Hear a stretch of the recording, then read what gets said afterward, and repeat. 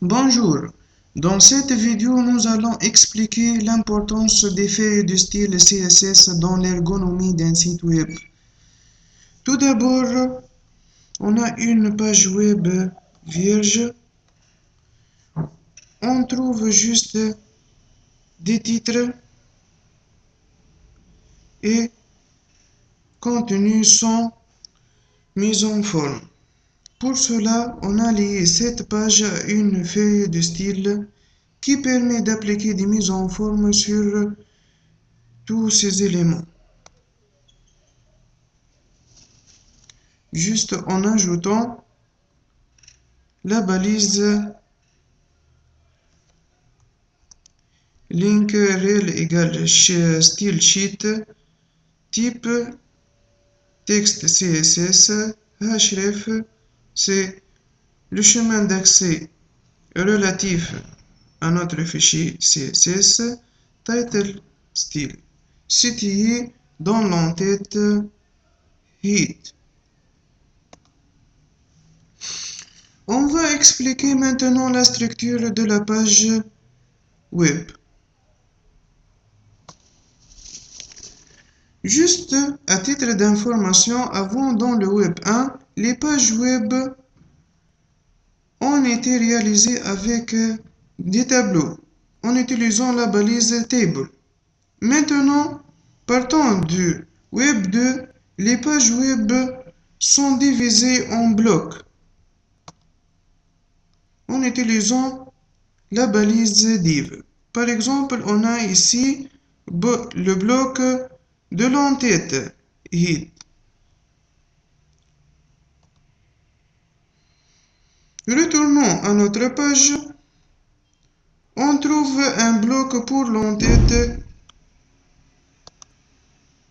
ici qui est constitué lui-même d'un bloc contenant le logo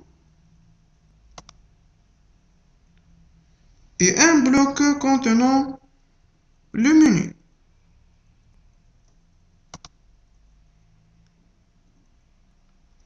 Ici, le menu ne s'affiche pas sur l'écran car il est écrit en code PHP. Un autre bloc pour le contenu de la page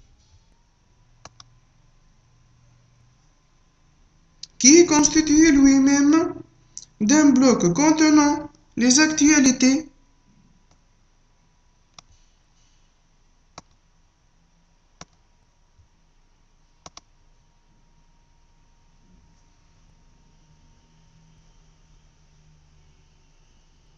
appelé sidebar et un bloc contenant les articles.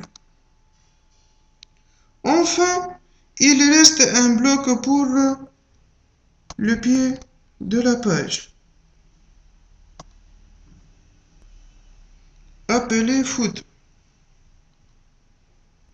Passons maintenant.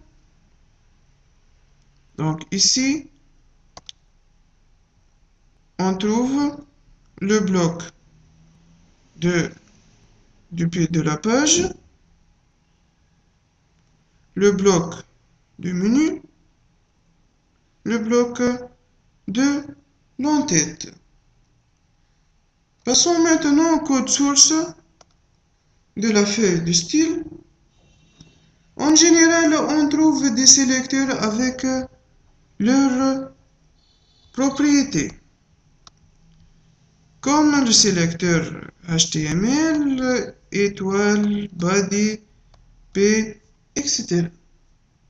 Il nous reste de distinguer entre les différents types de sélecteurs. On commence par le sélecteur universel étoile, qui permet de sélectionner toutes les balises sans exception.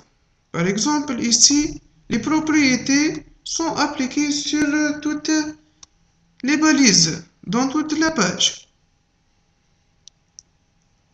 On trouve aussi le sélecteur de type balise, appliqué sur un nom de balise, par exemple sur la balise body ou HTML ou P.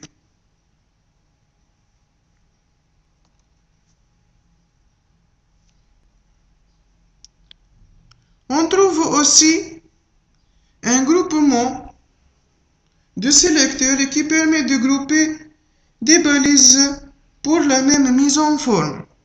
Par exemple, les propriétés, ces propriétés sont appliquées sur toute la liste des balises de H1 jusqu'à H6, représentant les formats des titres. Aussi pour H4, H5 et H6.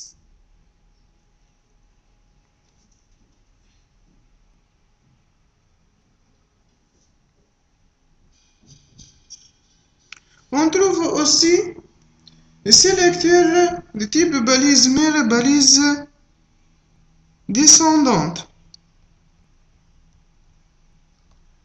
Par exemple, ici, on a la balise table, TR, TD. Donc, on a un tableau, une ligne et une colonne. Donc, ces propriétés sont appliquées sur la colonne relative à une ligne d'une table, d'un tableau.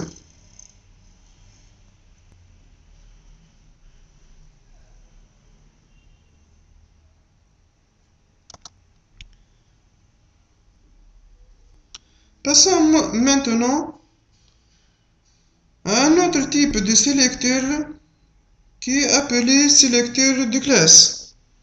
Par exemple, ici, on trouve la classe form setting. Retournons à notre code source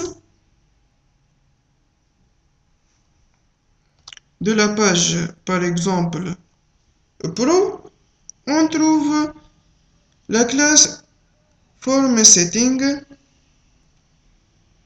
Donc, ce type de sélecteur permet de définir de nouvelles significations à certaines balises et les donne des styles différents. Par exemple, pour le formulaire d'authentification, ici, on trouve que la mise en forme du champ texte et du champ password sont modifiés par rapport à l'original. Même chose pour la page d'inscription.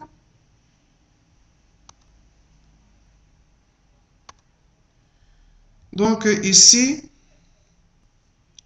qu'est-ce qu'on trouve?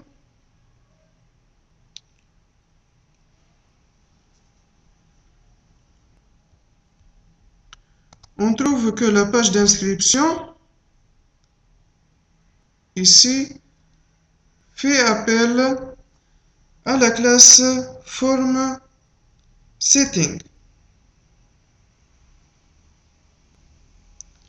Passons maintenant à un autre type de sélecteur appelé sélecteur d'ID.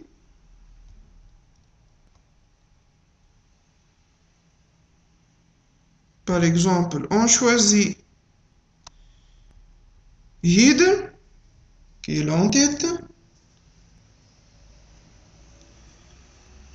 Ce type de sélecteur fait la même chose que le sélecteur classe, sauf qu'il est appliqué à un objet unique, c'est-à-dire qu'il ne peut pas y avoir deux mêmes ID dans une page.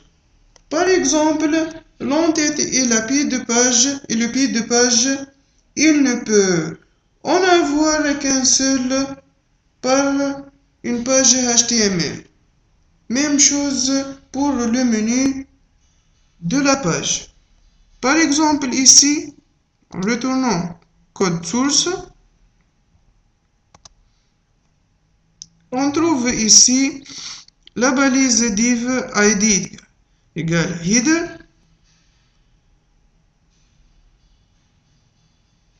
Et dans la page du feuille de style,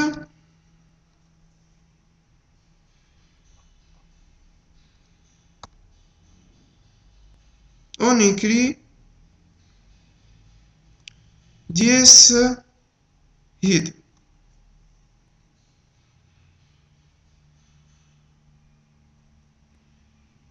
Même chose pour le pied de page. ID égale footer. Dans la feuille de style,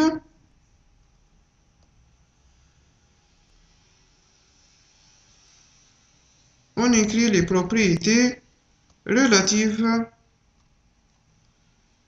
à notre pied de page foot. Commençons ici par le caractère dièse.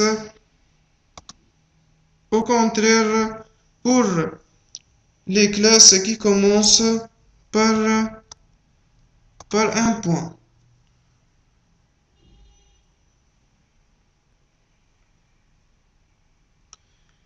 Notre vidéo a été terminée. Merci pour votre attention.